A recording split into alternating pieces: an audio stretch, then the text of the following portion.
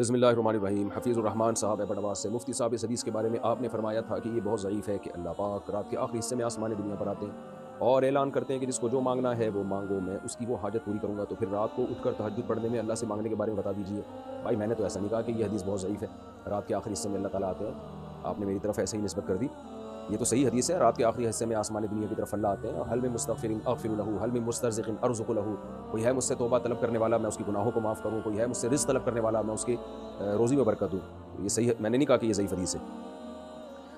مفتی صاحب 5 بھائی اور ان کے بیوی بچے ساتھ میں رہتے ہیں اور 4 بھائیوں میں کوئی کم اور کوئی زیادہ کما لیتا ہے اور ایک بھائی معذور ہے۔ ایک بھائی نے ساری زمین جائیداد اپنے نام کر لی ہے، اب ان سب کا جائیداد میں حصہ کیسے ہوگا؟ دیکھیں، چاروں بھائی جب ساتھ رہتے ہیں اور مشترکہ کماتے ہیں تو اگر کاروبار بھی ایک ہے تو پھر کوئی کم کوئی زیادہ کمائے تو بھی سب اس میں مشترک ہی ہوتے ہیں، جب تقسیم ہوگا تو برابر برابر ہوگا۔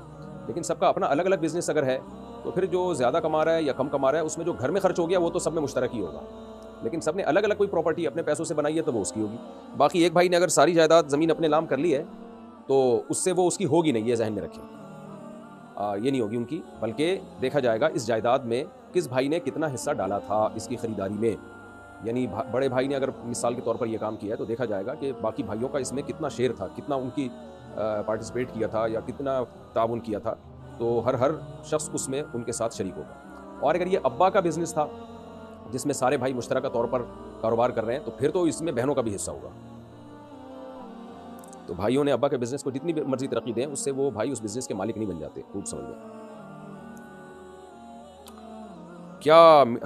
کیا ہری جان کے ہاتھ کا بنا ہوا کھانا کھا سکتے ہیں؟ ہری جان کیا ہوتا ہے بھائی صاحب؟ انڈیا میں ہری جان سب سے چھوٹی ہندو کاسٹ ہے، بھائی کھا سکتے ہیں، ہاتھ کا بنا ہوا کھانا کسی کو بھی کھا سکتے ہیں۔ اگر طواف کے دوران بھولے سے چہرے پر کپڑا لگ جائے اور یاد آنے پر بھی بدلنے کا موقع نہ ملے تو اس کے بارے میں کیا حکم ہے؟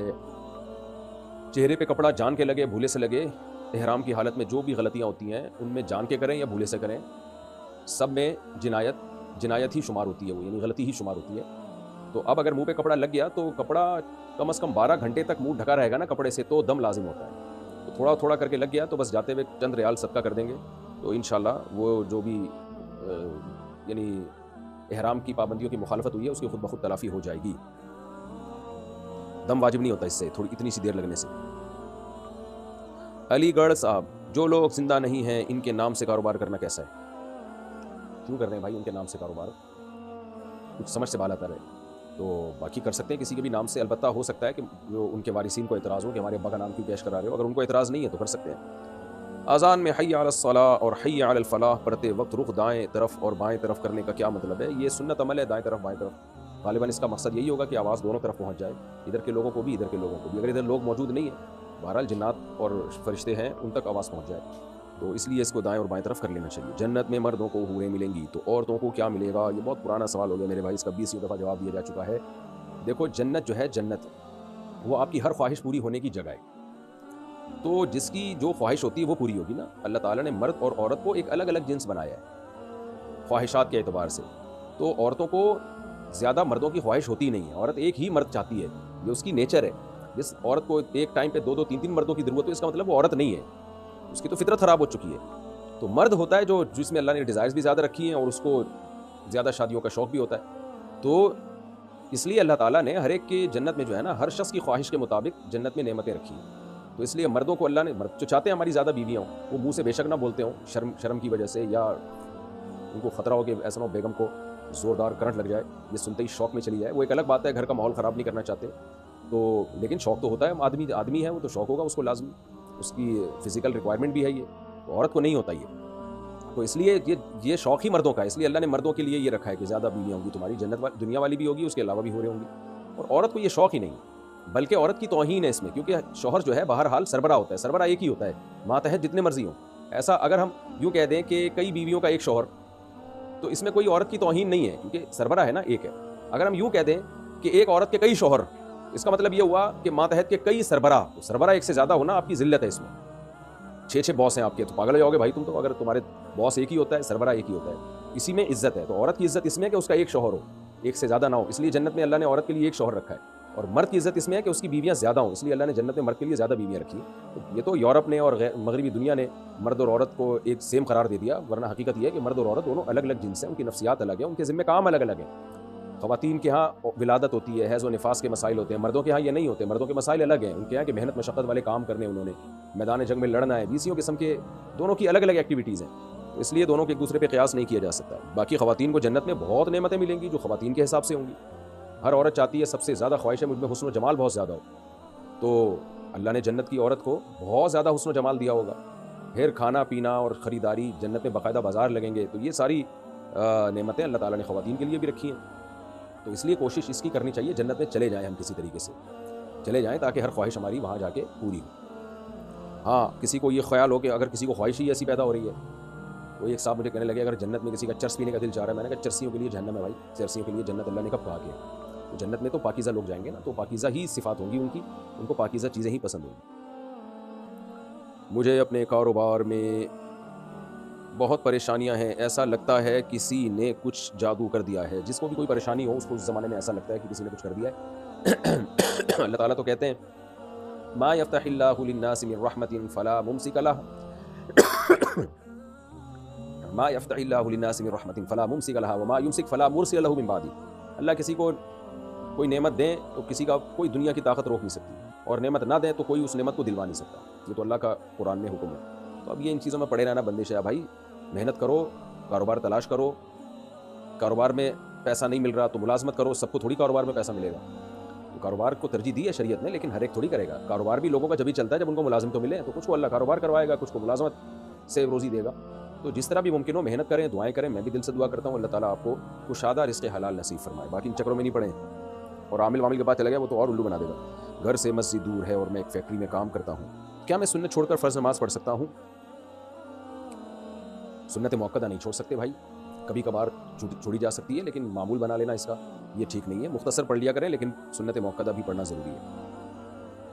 اتنا ٹائم لگتا ہے آپ جائیں، اچھا مسجد اگر بہت زیادہ دور ہے تو پھر تو جماعت کی نماز یعنی مسجد کی جماعت لازمی نہیں ہے، اگر زیادہ دور ہے تو اس کا ایک اندازہ یہ لگایا جاتا ہے کہ اگر بغیر لاؤڈ اسپیکر کے اس مسجد میں زور سے اذان دی جائے اور شور شرابہ بھی نہ ہو تو آپ تک آواز پہنچے گی کہ نہیں پہنچے گی۔ بعض علماء نے یہ ایک معیار متعین کیا ہے یہ جانچنے کے لیے کہ کس مسجد کو قریب کہا جائے گا، کس مسجد کو دور کہا جائے گا، تو اگر خاموشی کا وقت اور اس مسجد میں فرض کر لیں بغیر اسپیکر کے اذان دی جا رہی ہے چھت پہ چڑھ کے زور سے، تو آپ تک آواز پہنچ رہی ہے تو پھر آپ اسی مسجد کی حدود میں آتے ہیں، اور اس کی تائید حدیث سے بھی ہوتی ہے کہ آپ نے صحابی سے فرمایا تسمعون النداء، تم اذان کی آواز سنتے ہو؟ انہوں نے فرمایا ہاں، فرمایا پھر مسجد میں ہی آنا پڑے گا، حالانکہ وہ نابینا صحابی تھے۔ تو اس سے پتہ چلتا ہے بھائی کہ جس تک اذان کی آواز پہنچ رہی ہے تو وہ، اور اذان کی نیچرل طریقے سے یعنی بغیر لاؤڈ اسپیکر کے، کیونکہ لاؤڈ اسپیکر کے ذریعے تو پھر کہاں کہاں پہنچائی جا سکتی ہے، تو اگر ہے تو پھر آپ کو مسجد جانا پڑے گا، اور اگر وہ نہیں آواز پہنچ رہی تو پھر مسجد کی جماعت معاف ہے۔ ایسی صورت میں پھر آپ اپنی فیکٹری ہی میں جماعت کرائیں اور کوشش کریں قریب میں کوئی مسجد کھلوائیں۔ غسل کے بعد عورت کا سطر کھل جانے سے وضو باقی رہتا ہے یا ٹوٹ جاتا ہے؟ سطر کھلنے سے وضو نہیں ٹوٹتا۔ کیا موبائل میں قرآن پڑھنے کے لیے وضو ہونا ضروری ہے یا نہیں؟ نہیں، ضروری نہیں۔ مفتی صاحب میں نے آپ کی بہت سی ویڈیوز دیکھی ہیں جس میں آپ نے اللہ کو اللہ میاں کہا ہے، تو کیا ایسا کہہ سکتے ہیں؟ ضرور کہہ سکتے ہیں۔ میاں کی نسبت چاہے کوئی بھی معنی ہو، جب اللہ کی طرف نسبت کی جاتی ہے تو تعظیم مراد ہوتی ہے اس سے۔ لغت بہت زیادہ باریکیوں کو نہیں دیکھتی، زبان جو ہے زبان دیکھتی ہے لوگ اس کا کیا مطلب لے رہے ہیں اس موقع پہ۔ اکثر میں مثال دیتا ہوں، ہم کہتے ہیں فلاں آدمی اتنی صلواتیں سنا کے چلا گیا، حالانکہ صلوات کا لفظ تو درود کے معنی میں استعمال ہوتا ہے، نماز کی جمع بھی صلوات آتی ہے، دعاؤں کو بھی کہا جاتا ہے، لیکن ہم گالیوں میں بھی استعمال کر رہے ہوتے ہیں، ابے آیا صلواتیں سنا کے چلا گیا۔ تو چونکہ جس موقع پہ ہم یہ لفظ استعمال کرتے ہیں اس موقع پہ اس کا مطلب دعا نہیں ہوتا۔ تو لغت جو ہے نا، کوئی بھی زبان، اس میں بڑا تسامح ہوتا ہے، لغت کے اپنے کوئی قاعدے نہیں ہوتے، لغت یہ دیکھتی ہے لوگ کس چیز کو کس معنی میں استعمال کر رہے ہیں، تو پھر اہل لغت اسی کو قاعدہ بنا کے بتا دیتے ہیں، اسی کو گرامر بنا کے پیش کر دیتے ہیں۔ اس لیے اللہ کو اللہ میاں کہنے میں کوئی حرج نہیں ہے، بعض لوگوں نے بلا وجہ ٹول نکالا ہوا ہے۔ عنایت رنگریز جے پور انڈیا سے، میرے گاہک مجھے نمشکار اور جے شری رام بولتے ہیں، میں 90% تو جواب نہیں دیتا لیکن کبھی کبھار منہ سے نکل جاتا ہے، اس بارے میں رہنمائی فرمائیں۔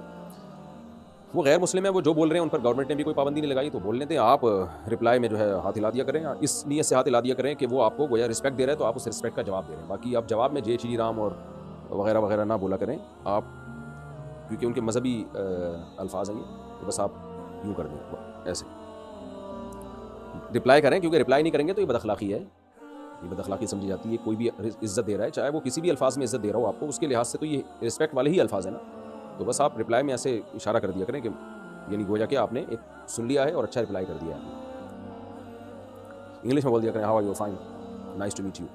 جاوید خان انڈیا سے، مسلمان غیر مسلم کے جنازے میں جا سکتا ہے اور میت کو کندھا دے سکتا ہے؟ جی جا سکتا ہے، لیکن ان کی مذہبی رسومات میں شرکت نہیں کر سکتا۔ اور ان کے لیے دعا نہیں کر سکتا. تسلی کے الفاظ کہہ سکتا ہے ان کے لواحقین کو کہ ہمیں بہت غم ہوا, اللہ تعالیٰ آپ کو اس پہ صبر عطا فرمائے, بس اتنے الفاظ کہے جا سکتے ہیں, لیکن میت کے لیے دعا نہیں کی جا سکتی. کیا جرابوں پر مسح کرنے والے شخص کے پیچھے نماز پڑھنا جائز ہے؟ سعودی عرب میں سب اس کو جائز سمجھتے ہیں, اور اوقات امامت کرنے والے بھی جرابوں پر مسح کرتے ہیں, تو اس نماز کے بارے میں کیا حکم ہے؟ نہیں, جائز نہیں ہے. یہ جو دلیل دی جاتی ہے کہ ضرورت کی وجہ سے شریعت نے موزوں پہ مسح کا حکم دیا ہے, تو تاکہ موزے اتارنا نہ پڑے, تو اس لیے یہاں تو ضرورت ہے. اگر ہم موزے اتاریں گے تو ظاہر ہے حرج ہوگا. اس کا جواب یہ ہے کہ ضرورت ہوتی ہے جس کو شریعت نے ضرورت مانا ہو.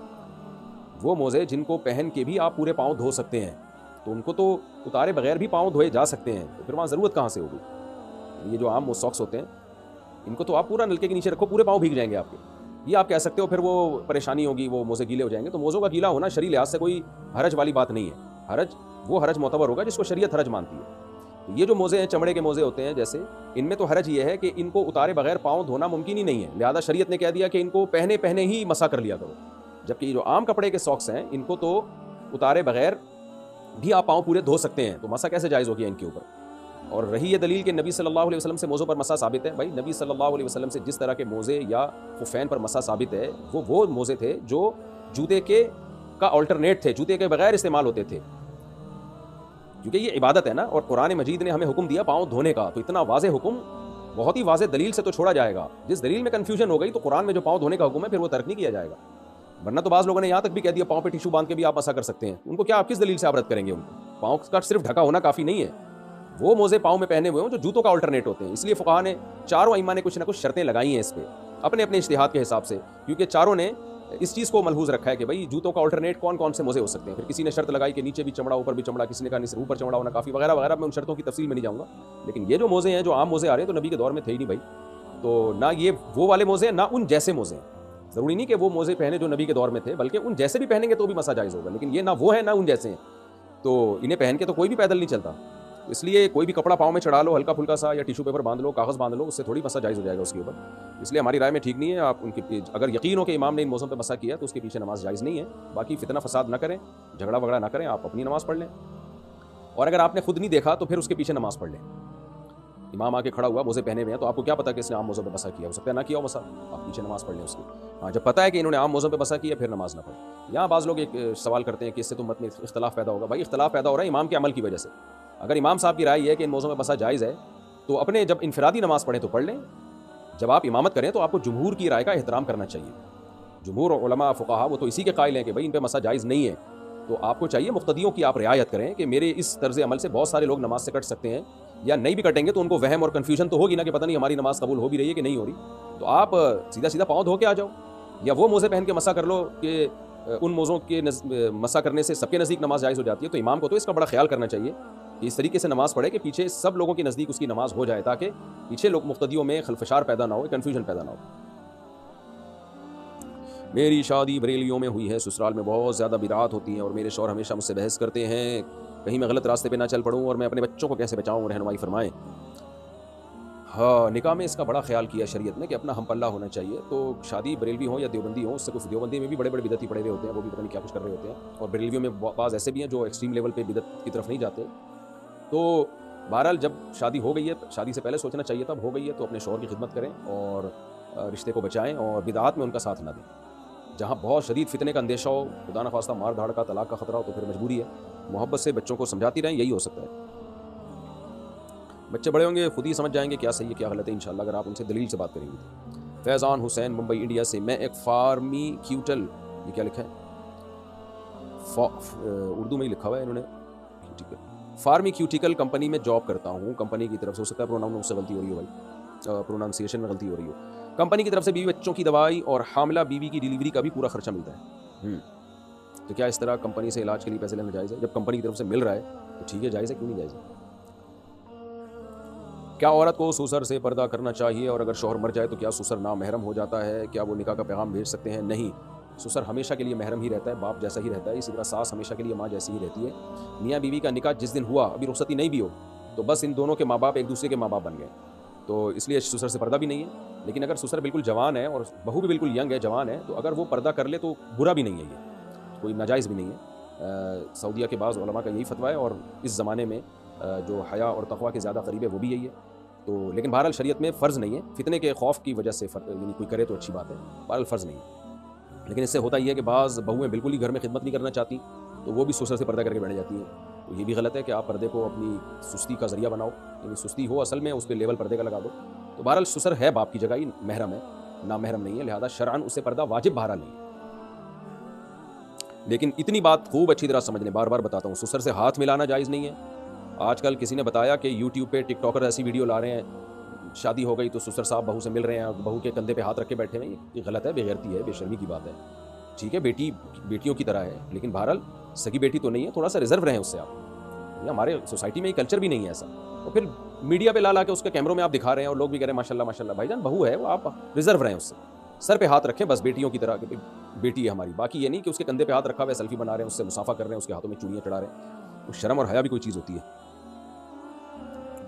اچھا بھائی، سیدنا عباس رضی اللہ عنہ سے مروی ہے کہ اللہ تعالیٰ نے تمہارے نبی صلی اللہ علیہ وسلم کی زبان کے مطابق مقیم پر 4، مسافر پر 2 اور ڈرنے والے پر 1 رکعت فرض کی ہے. اس حدیث کا مطلب بتا دیں، مجھے دیکھنی پڑے گی بھائی یہ حدیث کہاں ہے. عربی الفاظ دیکھوں گا، پھر انشاءاللہ اگلے بلیٹن میں اس کا بتاؤں گا آپ کو انشاءاللہ. معین خٹک، کیا کوئی بندہ قرآن پاک کی تفسیر خود سے پڑھ سکتا ہے؟ ظاہر ہے خود سے ہی پڑھے گا، اور کوئی اور پڑھوائے گا؟ تفسیر لکھنے والے کا مقصد یہی ہوتا ہے کہ آسان کر دیا جائے اور تاکہ آپ پڑھیں، تو ضرور پڑھ سکتا ہے. علماء تفسیر لکھتے ہی عوام کے لیے عام طور پر، تاکہ عوام کے لیے قرآن کو سمجھنا آسان ہو جائے. مفتی صاحب، میں دبئی میں فاسٹ فوڈ کمپنی میں کام کرتا ہوں. مسجد تقریباً 3 کلومیٹر دور ہے. جمعے کے دن بہت رش ہوتا ہے اور کمپنی بریک یا چھٹی نہیں دیتی. تقریباً 6 مہینے سے جمعے کی نماز اور نمازیں جماعت کے ساتھ نہیں پڑھی ہیں. کام چھوڑنے کا دل کرتا ہے، صورت میں کیا کریں؟ کمپنی کو محبت سے خط لکھیں، لیٹر لکھیں کہ مجھے آپ چھٹی دیں، جمعے کی نماز میں پڑھنا چاہتا ہوں اور میرے اوپر لازم ہے، اور یہ جتنا ٹائم میں جمعے میں لگاؤں گا یہ کمپنی کو میں ایکسٹرا ٹائم دے دوں گا. تو انشاءاللہ دے دیں گے آپ کو چھٹی، کیونکہ کمپنی کو یہ ہوتا ہے بھائی یہ سارا ٹائم تمہارا لگا دے گا. آپ بولیں اس دن میں یہ ایکسٹرا ٹائم آپ کو دوں گا. پھر بھی اگر آپ کو چھٹی نہیں دیتے تو کمپنی کو آپ چھٹی دے ہی دیں، دوسرا کام تلاش کریں. جمعہ اتنے لمبے عرصے تک جمعہ چھوڑنا ٹھیک جائز نہیں ہے، بہت سخت گناہ ہے. بچوں کا ٹی وی کمرشل ایڈ میں کام کرنا کیسا ہے؟ اگر ایڈ جائز چیز کا ہے تو اس میں کام بھی جائز ہے، لیکن چھوٹے بچوں کو جب میڈیا پہ بہت زیادہ آتے ہیں نا، تھوڑا بہت تو ٹھیک ہے، بہت زیادہ آتے ہیں تو بچوں میں بگڑنے کا خطرہ ہوتا ہے. بچے وقت سے پہلے اپنے آپ کو بڑا سمجھنا شروع کر دیتے ہیں، اور پھر ان کی جو گروتھ ہے نا مینٹل، وہ متاثر ہوتی ہے.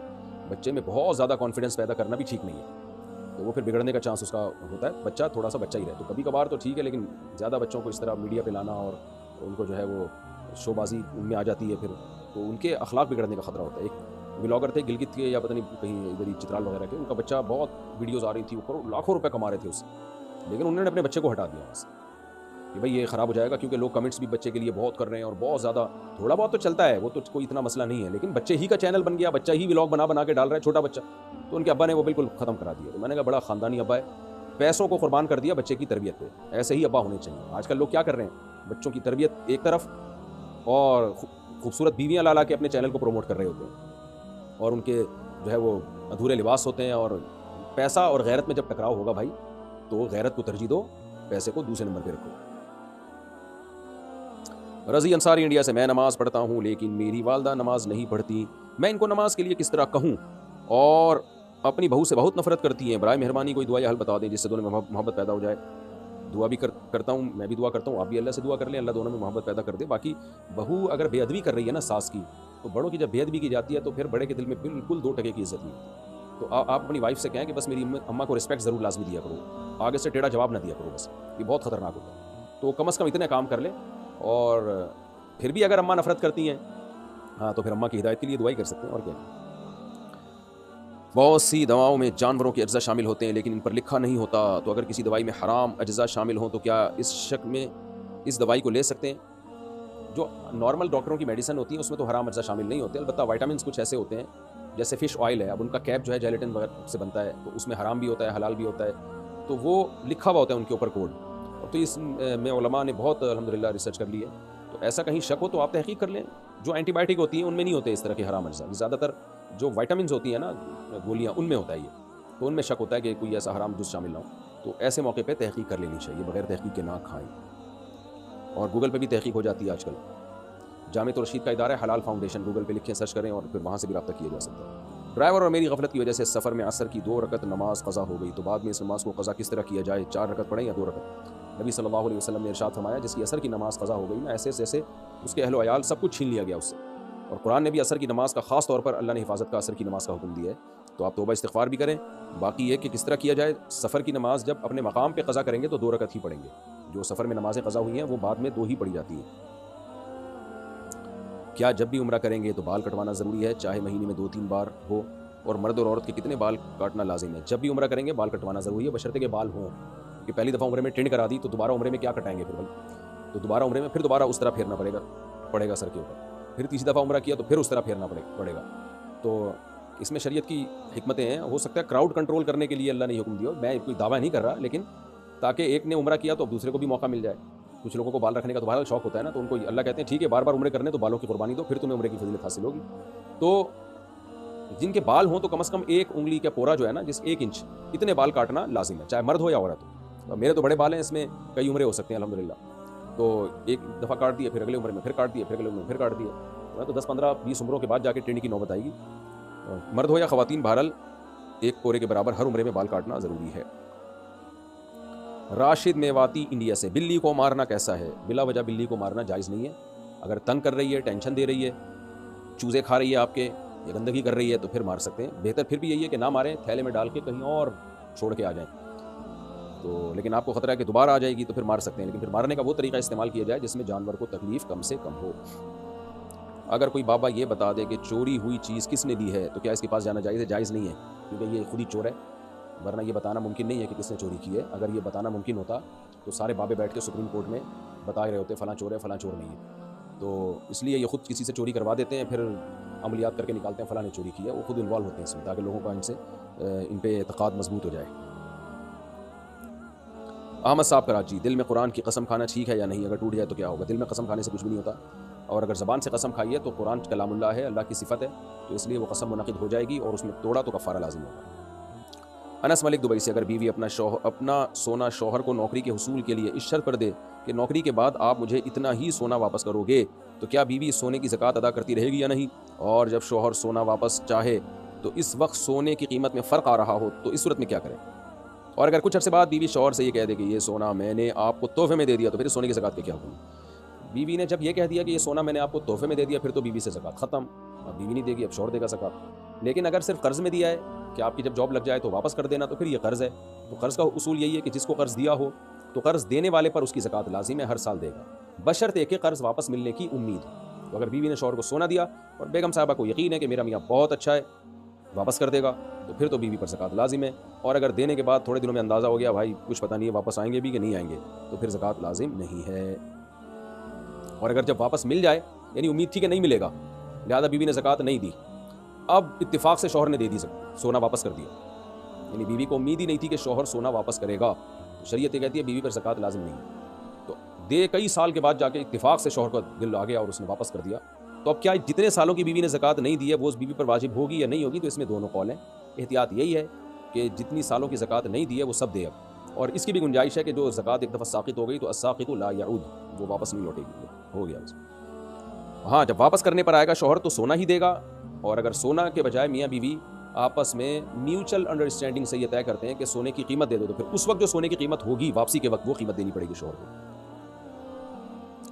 اگر ناپاکی کی حالت میں کمبل اوڑھا تو کیا کمبل ناپاک ہو جائے گا؟ نہیں جی، اگر اس پہ کوئی گیلی نجاست نہیں لگی ہے تو ناپاک نہیں ہوگا. محمد عابد، نماز کی ہر رکعت میں سورہ اخلاص پڑھنا ٹھیک ہے، لیکن نبی کی جو عام سنت تھی وہ یہی تھی کہ بدل بدل کے صورتیں پڑھنا، اس لیے ہر رکعت میں بدل بدل کے صورتیں پڑھنی چاہیے. مدی کو کپڑوں سے پاک کرنے کا طریقہ بتا دیں. ہلکا سا دھو لینا بھی کافی ہے. مدی کو تھوڑا سا بس پانی کے نیچے رکھ کے ہلکا سا رگڑ دیں اور نچوڑ دیں تو مزی پاک ہو جاتی ہے. مدی کو بہت زیادہ گہرے طریقے سے دھونا لازم نہیں ہے، حدیث سے یہی بات ثابت ہے. اگر خفین نیچے سے پھٹ جائیں تو کیا اس پر مسح ہو جائے گا؟ اور پھٹے ہوئے ہونے کی مقدار کتنی ہے؟ 3 انگلیوں کے برابر. پاؤں کی 3 انگلیوں کے برابر اگر خفین کہیں سے پھٹ جائیں تو پھر اس پہ مسح جائز نہیں ہے. زین العابدین کہتے ہیں میں ایزی پیسہ اور جیز کیش کی رقم اکاؤنٹ میں جمع کروانے پر اضافی پیسے لیتا ہوں، یعنی کمپنی والے مجھے کمیشن دیتے ہیں، کیا یہ میرے لیے جائز ہے؟ اس کے علاوہ بجلی گیس اور ٹیلی فون کے بلز میں مجھے کمیشن ملتا ہے. مثلا بل 102 روپے ہے تو کیا میں 110 لے سکتا ہوں؟ وضاحت فرما دیں. دیکھیں اگر آپ کسی شخص کا قرضہ ادا کریں اور پھر اس سے اضافی پیسے لیں بعد میں کہ ابھی میں دے رہا ہوں 1 مہینے بعد تم نے مجھے بڑھا کے دینے ہیں، یہ تو خالص سود ہے. لیکن جہاں تک میری معلومات ہے جائز کیش میں ایسا نہیں ہوتا یہ ہے کہ میں آپ کے پاس یعنی کسٹمر کے پاس یہ سروس ہی نہیں ہے بل جمع کرانے کی، تو آپ کہتے ہیں ٹھیک ہے میں کرا دیتا ہوں اور اس میں اپنا کمیشن لیتا ہوں کیونکہ میں نے تمہارا جو کام تھا مشکل تھا وہ میں نے تمہارے لیے آسان کر دیا. یہ کمیشن جائز ہے، اس میں کوئی حرج نہیں. اور آپ نے جو کہا کہ کمپنی والے مجھے کمیشن دیتے ہیں، تو ہاں جیسے بجلی گیس اور ٹیلی فون کے بلز پہ مجھے کمیشن ملتا ہے، تو کمپنی والے بھی جو آپ کو کمیشن دیتے ہیں وہ بھی جائز ہے، اس کا بھی سود سے کوئی لینا دینا نہیں ہے. اس لیے کہ قرض کمپنی پہ تھوڑی ہے، قرض تو پبلک پہ ہے نا، جو پبلک نے مختلف کمپنیوں کو پیمنٹ کرنی ہے، تو کمپنی والے آپ کو سہولت دے دیتے ہیں کہ آپ یہ پے کر دیں تو ہم اس کا آپ کو کمیشن دیتے ہیں، تو جائز ہے، اس میں کوئی حرج نہیں ہے. آمنہ کراچی سے، کیا میڈیکل امتحانات میں مریض کو ہاتھ لگا کر معائنہ کرنا جائز ہے؟ اکثر پریکٹیکل میں اسے لازم کر دیا ہے اور مریض بھی مرد ہوتا ہے، کیا ایسی صورت میں دستانے پہن لیا جائیں یا مجبوری میں ایسا کرنا جائز ہے؟ ہاتھ نہیں لگا سکتے کسی بھی غیر مرد کو، اور ویسے بھی اسلامی کنٹری ہے، اس لیے اس کا خیال کرنا چاہیے کہ خواتین جوان لڑکیوں کو آپ کیوں مردوں کے تجربے کروا رہی ہیں؟ آپ جو مریض خواتین ہوتی ہیں ان سے بھی تو ان پہ بھی تو پریکٹس کی جا سکتی ہے. لیکن ظاہر ہے غیرت ویرت ختم، بالکل ہر چیز میں ہم یورپ کو فالو کر رہے ہیں اور انگریزوں کو فالو کر رہے ہیں، بس ان کی ترقی دیکھی بھی ہم نے، ان کا جو بے حیائی والا ماحول ہو گیا اور ترقی کے نام پہ جو ترقی میں مست ہو کے جو انہوں نے اپنا خاندانی نظام تباہ و برباد کر دیا اور فیملی سسٹم کی ایسی کی تیسی کر دی، بے حیائی پھیلا دی انہوں نے، وہ ہماری نظروں سے اوجھل ہے. تو اس لیے اس سسٹم کے خلاف آواز اٹھانی چاہیے. بہرحال جب تک آپ مجبور ہوں تو پھر آپ دستانے پہن کے کسی غیر مرد کو مجبوری میں ہاتھ لگا سکتی ہیں، دستانے کے بغیر اس کی کوئی گنجائش نہیں ہے. مہندی سے ہاتھ پر دولہا دلہن یا ہاتھی بنوانا جائز ہے یا نہیں؟ جاندار کی تصویر نہیں بنا سکتے بھائی، دولہا دلہن بھی جاندار ہی ہوتے ہیں، تبھی تو شادی ہو رہی ہے ان کی. مقیم سیفی انڈیا سے، میرا ایک دوست ہے وہ شادی کے بعد بھی مردوں سے رشتہ بناتا ہے، اس کے لیے کیا ہدایت ہے؟ اللہ اس کو ہدایت دے. لوط علیہ الصلوۃ والسلام کی قوم کا حال دیکھ لیں، اس سے پتہ چلتا ہے اللہ کو اس عمل کرنے والوں پر کتنا غضب آتا ہے، کتنا قہر آتا ہے. اور شادی ہو گئی اس کے بعد بھی یہ کام کر رہے ہو، یہ بہت برا عمل ہے، کبیرہ کا بھی کبیرہ گناہ ہے، اس لیے اس سے توبہ کرے وہ اور اپنا علاج کرے تاکہ یہ گند اس سے چھوٹے. علاج یہی ہے کہ چھوڑ دے تو بس ختم ہو جائے گا، طبیعت جو ہے وہ اس طرف سے ہٹ جائے گی. محمد عیسیٰ لکھنؤ سے، لوڈو کھیل کر پیسے کمانا کیسا ہے؟ اگر جوئے کے ذریعے پیسے کما رہے ہیں کہ جو ہار گیا وہ پیسے دے گا، جو جیت گیا اس کو دونوں پیسے لگاتے ہیں، اور جو ہار گیا اس کے پیسے ڈوب گئے تو یہ تو حرام ہے. اور کسی اور طرح سے کما رہا ہے تو مجھے نہیں پتا کیسے کما رہا ہے. بہرحال فی نفسی ہی کھیل کر پیسے کمانا مجھے سمجھ میں نہیں آتا. آپ کھیلیں گے تو کون پیسے دے گا آپ کو؟ اس لیے جیتنے پہ اگر کوئی تھرڈ پارٹی آپ کو پیسے دے رہی ہے تو ٹھیک ہے، انعام ہے، لیکن 2 پارٹیاں پیسے لگا کے کھیلتی ہیں اور جو جیت جائے اس کو پیسے مل جائیں گے، جو ہار جائے اس کے پیسے ڈوب جائیں گے، تو یہ حرام ہے، ناجائز.